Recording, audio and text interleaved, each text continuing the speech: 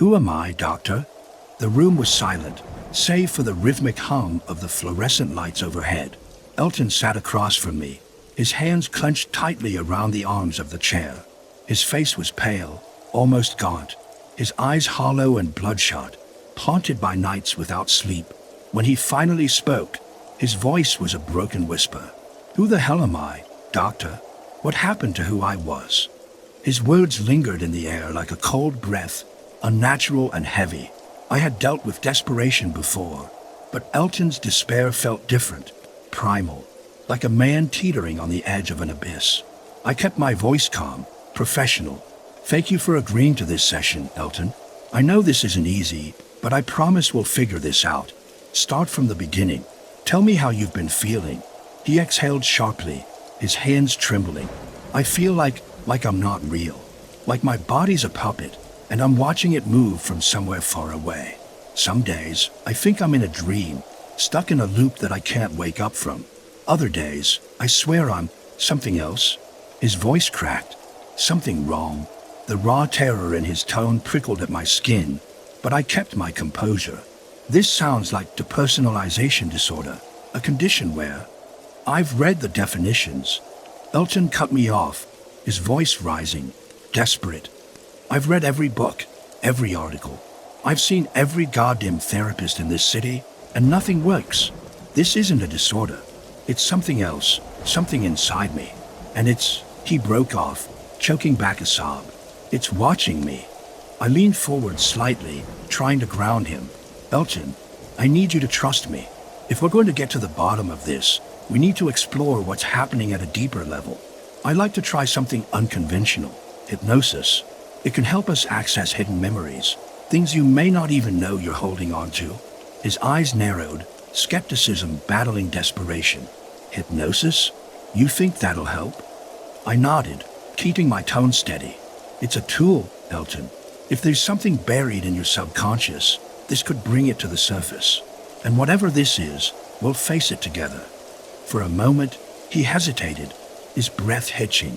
Then, with a reluctant nod, he murmured, "All right, I'll try it. What do I have to lose?" I dimmed the lights, casting the room in soft shadows. Elton reclined in the chair, his body rigid with tension. I began to speak in a slow, rhythmic tone, guiding him through deep breathing exercises. "Close your eyes," I murmured. "Focus on your breath. Inhale slowly, hold it, and exhale. Let your body relax with each breath." Elton's breathing steadied, and his body began to loosen. I continued, my voice soft and melodic. "Imagine a place where you feel safe. Picture it in your mind. Let yourself drift there." His features softened, and I knew he was slipping into the trance. "Good," I said. "Now, I want you to go deeper. Drift back to a time when you first felt this way. Let the memories come to you." For a moment, he was still. Then, his brow furrowed, and his fingers twitched against the chair's armrest. "It's dark," he whispered, his voice distant. I'm a kid. In my old house. There's a room, the basement. I'm standing at the top of the stairs." "Good," I prompted gently. "What happens next?" His breathing quickened, and his hands clenched into fists. "There's something down there, watching me. I can't see it, but I can feel it. It's like it's inside me, staring through my eyes." A chill swept through the room, and I felt a prickle of unease. "Elton, you're safe here. Keep going. What do you see?" His face contorted, and a low groan escaped his lips. "It's in the shadows moving. It's coming closer. I want to scream, but I can't. My body won't move. It's like it's controlling me." I glanced at the neural resonance scanner attached to Elton's head. The screen displayed erratic spikes of brain activity, patterns that didn't align with any known disorder. My unease deepened. "Elton," I said, my voice steady despite the growing dread. "I need you to focus. Tell me what this presence is. What does it want?" He let out a strangled gasp, his body jerking violently. When he spoke again, his voice was deeper, resonant, alien. "You shouldn't have come here, doctor." My blood ran cold as Elton's eyes snapped open, his pupils blown wide and unseeing. His lips curled into a cruel smile, one that didn't belong to him. What are you? I demanded, my voice trembling. The entity chuckled, a hollow, mocking sound. You've been searching for answers, Doctor. Now you've found me. I stepped back instinctively, my heart pounding. Are you inside Elton? I am beyond him, it sneered. Elton is merely a vessel, a puppet. I've always been here, lurking in the shadows of his mind. Why? I whispered, fear tightening my throat. What do you want from him? It leaned forward, Elton's face twisted into an unnatural grin. What I want is irrelevant. What matters is control. Elton was weak. He started to see the cracks, to question the reality we so carefully constructed. That cannot be allowed.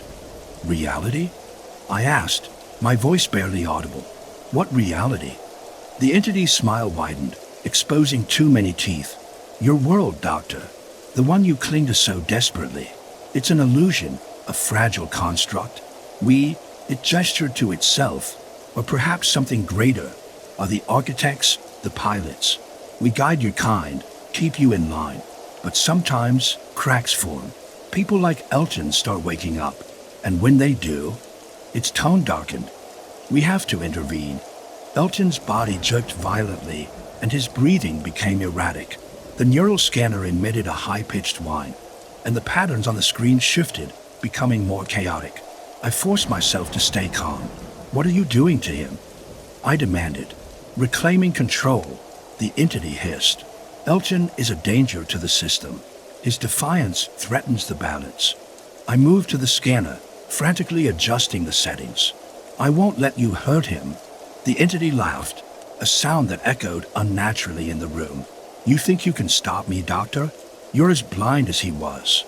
Ignoring the taunts, I activated the neurointerface, linking it directly to the scanner.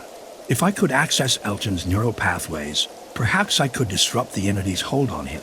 The machine hummed to life, and I donned the headset, bracing myself. Elton, I called, my voice firm. If you can hear me, fight back. This thing doesn't own you. For a moment, there was silence. Then, faintly, Elton's voice broke through the static. Doctor, it's so strong. I can't. You can, I urged. You're stronger than it is. This is your mind. Take it back. The patterns on the screen flickered, and I saw a surge of activity, a faint spark of resistance. The entity snarled, its control faltering.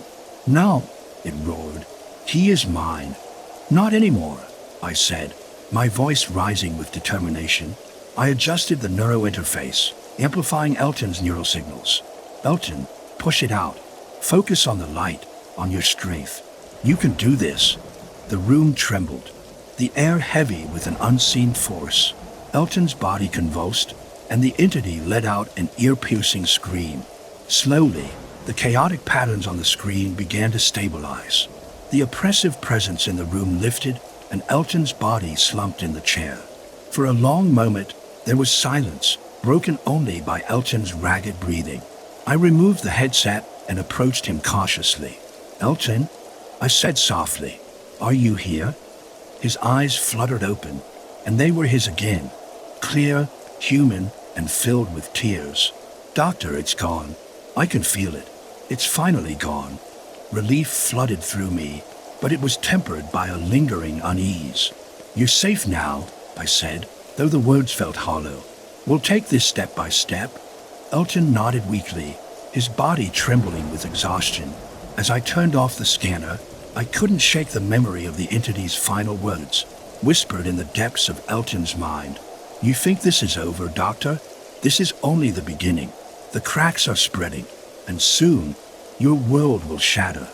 I glanced at the darkened screen, my reflection staring back at me. For the first time in my career, I felt truly afraid, not for Elton, but for all of us. Whatever this thing was, it wasn't finished, not by a long shot. And deep down, I knew the battle for control had only just begun. Thanks for watching. Please like, share, and subscribe to listen to similar stories in future.